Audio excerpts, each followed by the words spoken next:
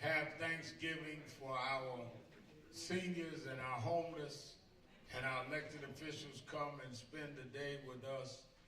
And we show that we are thankful that despite whatever we may have gone through during the year, that we can be together and that we can celebrate each other. We have a lot of challenges in the city and in the nation, but as long as we're together, we can make it through the challenges.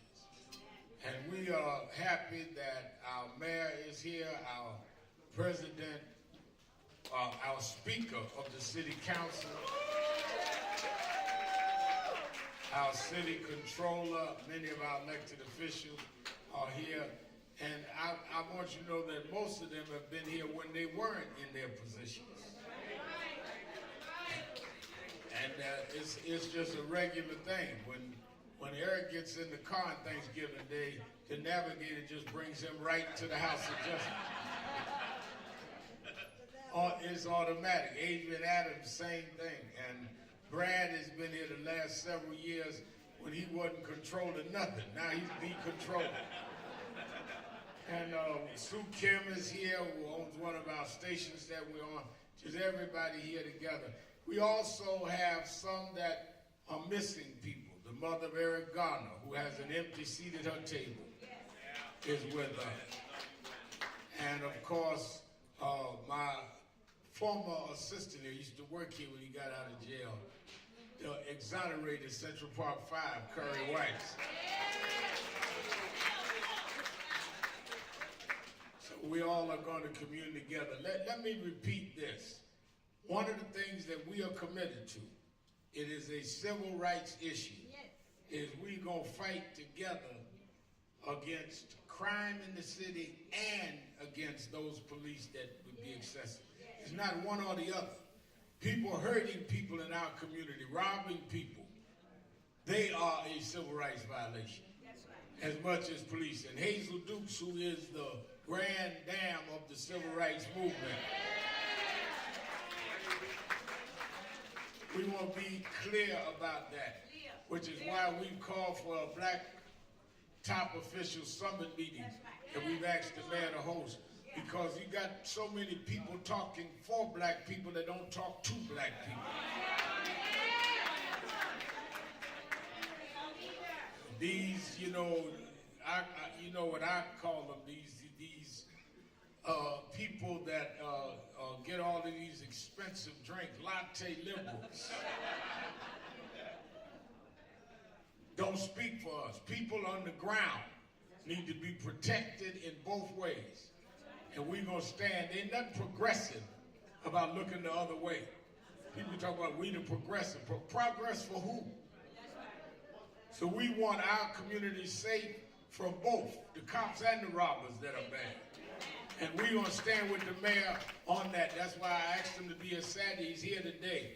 And I want also people, and we're going to get to the food, but I want people to know, Hazel and I was talking about it this morning, those that think they can invade our community, we have been very cordial. But if y'all want to fight, some of us ready to fight.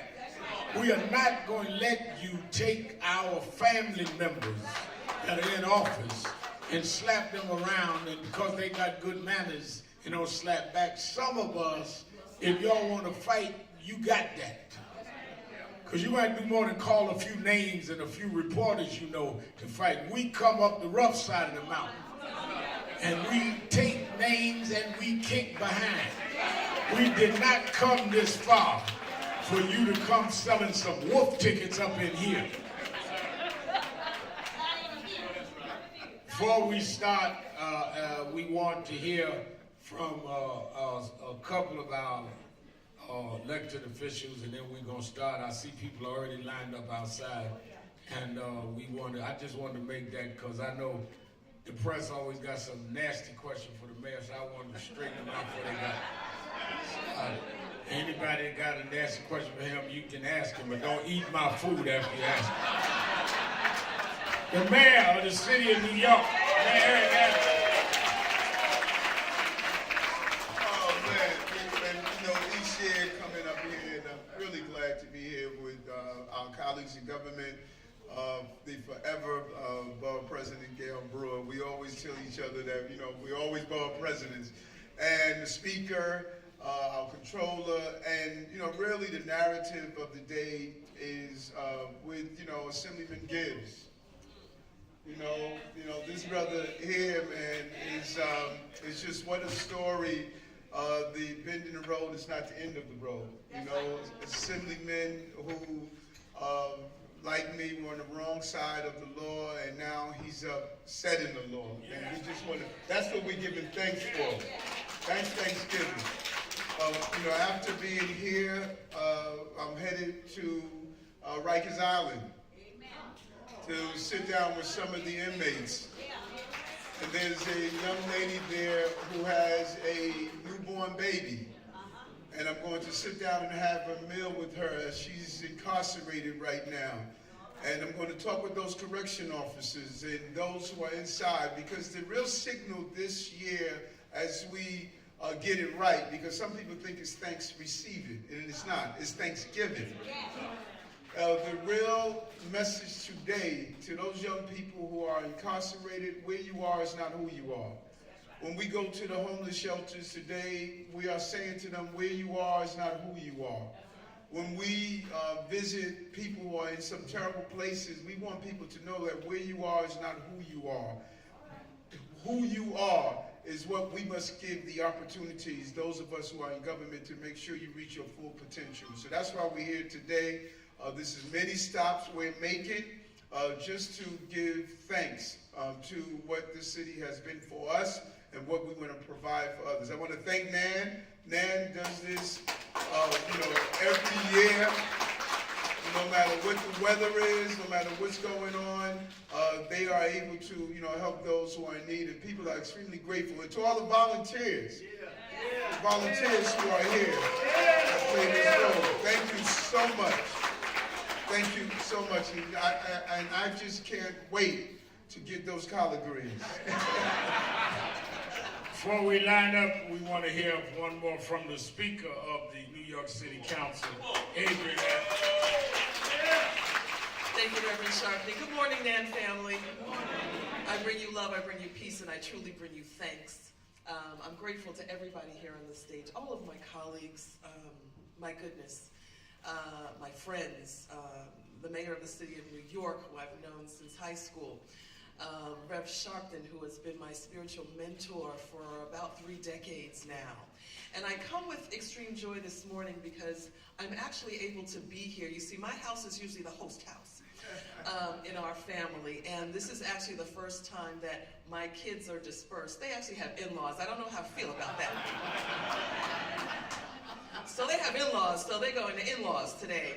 But this is a place that I've wanted to be at for years, just to give back in person. I know that what I give back spiritually and emotionally and in prayer, but I wanted to be here in person, and what's most relevant to me today is 2 out of my 10 grandchildren are here.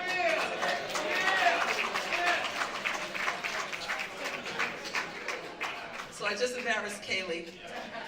Sorry, Kay.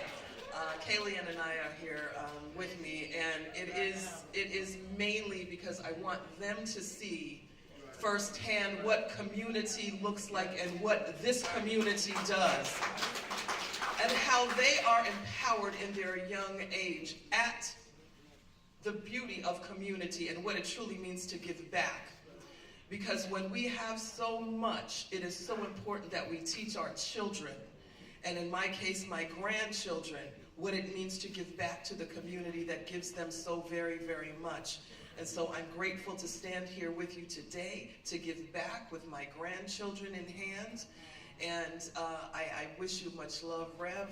I can't say enough about you and for everything that you mean to this entire community and the entire nation. Thank you so much, Nan family. Thank you. Lastly, our controller, Brad Lander. Give Brad a hand.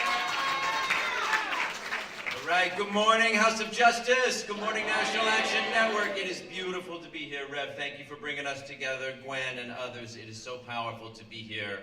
I think we're here in the spirit both of being grateful for the blessings we have, but also for doing the work and for those who do the work to fight for justice every single day. I'm Brad Lander, I'm your New York City Controller, and as Rev says, that means watching the money. But part of watching the money means thinking honestly about whether we're fair and who has and who doesn't have and who has and who does not have opportunities for it. And we got a long way to go there. So that's why when Mama Dukes calls and says, where's that contract controller? Yeah. We get it there right quick. That's why we've been working closely with the Rev to make sure that the pension dollars that are invested with black and brown asset managers. So we're changing decades, generations of inequality and injustice. I was just with a dear friend of mine, a remarkable activist named Adi Barkat, who got ALS 6 years ago. And in those 6 years, he's lost the use of his whole body. He can't walk, he can't talk, he can't eat. He types with his eyes on a screen. So he is not able to receive the blessings of food on this day, and yet he's at a table surrounded by the love of his family, and he is still organizing people in the fight for justice. And as we think about what our blessings are, being here in this powerful community, fighting for civil rights and justice, doing it with our elected officials. It's so good to be with the mayor and the speaker and all our other colleagues. I'm here with my mom and dad, David and Carol, and also my son Marek, who's in the back. We are really so proud, but mostly so honored to be able to be of service on this beautiful and blessed day. Thank you very much. All right, we're going to line up.